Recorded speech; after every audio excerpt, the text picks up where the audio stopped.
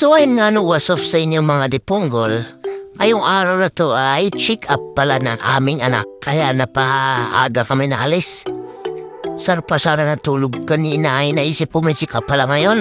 Kaya naggising ako ng maaga at ito na nandito na kami sa tricycle.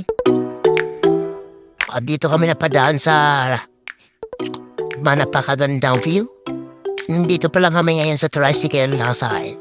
At napakahimbing naman na may anak na natulog. Ay sobrang ingay ng motor. Napaahon na rin kami dito sa pinakapaahon na lugar. At kahit maahon, meron pa rin yung nagbabike dito. Sobrang lakas naman ang mapatuhod nyo. At dito din malalaman mo kung malapit ka na sa Nasugbo kung makakadaan ka dito sa pinakamagandang view. At dito nga, huminto muna kami saglit at tinitingnan ko yung anak ko kung gising ba. Pagtingin ko sa anak ko ngayon go! Sobrang tulog. Ano? Ang ganda ng anak ko. At napalis na rin kami at lawan ang tapos na nagpagasuli ng aking driver. Sa wakas nandito na rin kami sa Nasugbo Public Market at ito yung pinakamagandang public market na napasukan ko. Kasi nakasiparit lahat ng bilihin dito.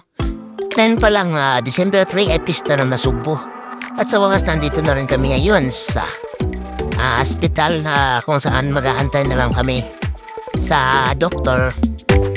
At kalipas na isang oras, dumating na rin ang doktor na aming bibi. Kaya dito na sa nilagay na siya sa higaan. Nag-aantay na lang kami kung kailan siya chichikapin. Gawa nagbibihis pa daw ang doktor niya. Gawa nang galing pa ng Baguio. Tulog na tulog ang aking anak ko. Dito sa gilidan dito ang aking asawa. Tulog na tulog ang anak. Sa oras na to ay binibihisan na si bibi. Gawa na check up na siya.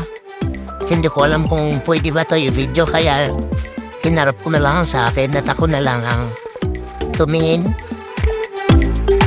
And nakita mo yung anak ko ay hinuhubara nila gawa ng may inano sila sa katawan.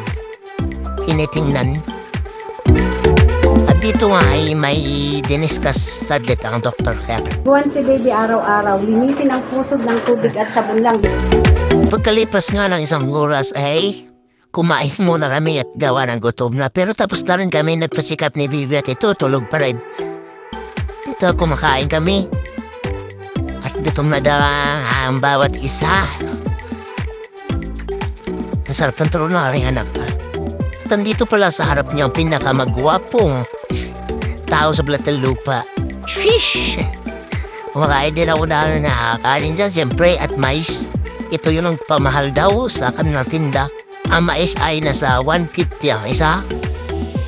Tapos ang baka ay nasa mga 50 lang ang isa. Pagkatapos namin kumain na nagsimba kami pala saglit, hindi ko na binidyo gawa ng hawak ko si baby. Dito nga, nandito na kami sa bahay, kaya niya na aking anak. At simula nung umalis kami, tulog yun. Nagising lang sa nung tinurukan. Tapos natulog uli. Dito na siya na naragising. Nasa bahay na.